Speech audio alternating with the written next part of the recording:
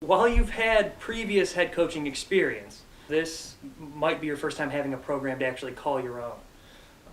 Have there been any, unforeseen challenges or unexpected challenges that go along with that for you? No, always coming in, you deal with what you've got here and look to build upon that for the future. We have a great group of kids here that will be the foundation of the program that we're looking to build going forward. We will look to bring in more talent, kids who are of the same character, hardworking kids, very athletic is what we're looking for, and we'll look to build upon what we've got here already. In terms of challenges, you always face the challenge of coming into a new program and getting to know the group of student athletes that you have here, how the system works within the athletic department. There's always those little bumps here and there, but for the most part it's been a pretty smooth transition and start to our career here at Niagara. For an assistant coach, you have Taryn Burkholder, who just graduated after playing 4 years on the lacrosse team. How has she helped in the transition to Niagara, and then with a roster that's pretty evenly split between newcomers and returning players? It's nice that she knew everybody coming in, so she knows the backstory, knows the history of the program more so than I do. I'm definitely learning in that regard. Yeah, she's a huge help in bridging the gap between the past and the history of the program into what we're looking to do going forward here. And the team just found some recent success, 2 consecutive wins after a little bit of a slow start. Is this the team, was the first bit of the season, was that more of an adjustment period? And the last couple wins, is that the team maybe finally becoming comfortable with the new system and a new coach, and even for the freshmen adjusting to Division I lacrosse? There's a certain amount of comfort, yes, that I think we've gotten over the last couple games. Part of it is scheduling. We started our schedule with very good teams.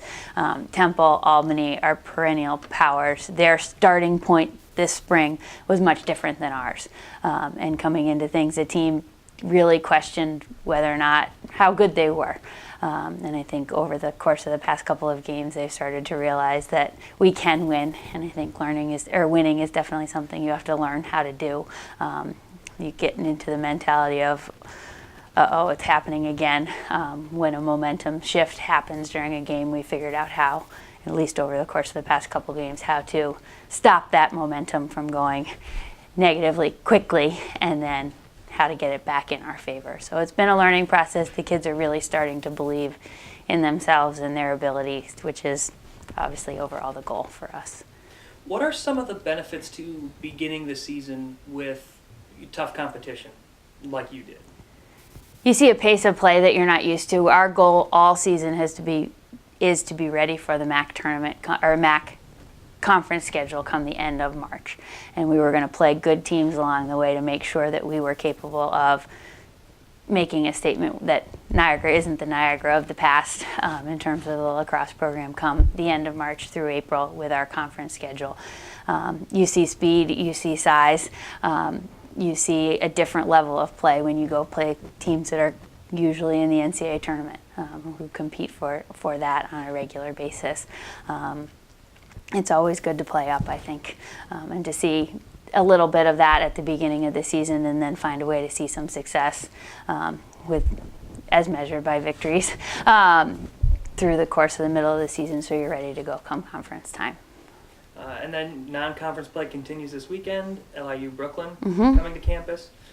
Without getting into too many specifics. What does your team have to do to be successful this weekend to turn 2 consecutive victories into a 3-game winning streak?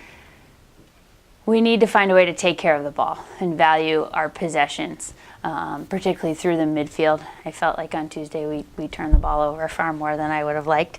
And if we can find a way to possess the ball to transition safely up the field without panicking. Sometimes we get a little panicky with the ball.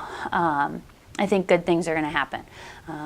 Obviously, it's much easier. Well, in lacrosse, it's much easier to play offense than it is to play defense for an extended period of time. So we're hoping that we can make better decisions with the ball, really value possession of it going forward so that we can create more scoring opportunities.